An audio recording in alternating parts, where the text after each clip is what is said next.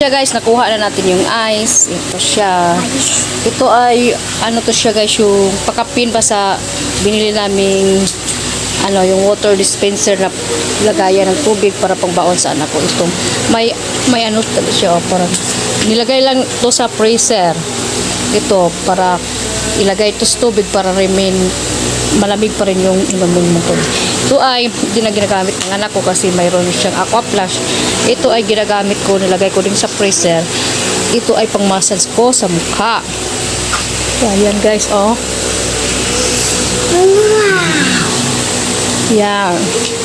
Yung ice guys ay ano siya. Tagal ko nang ginagamit nito pero hindi lang palagi.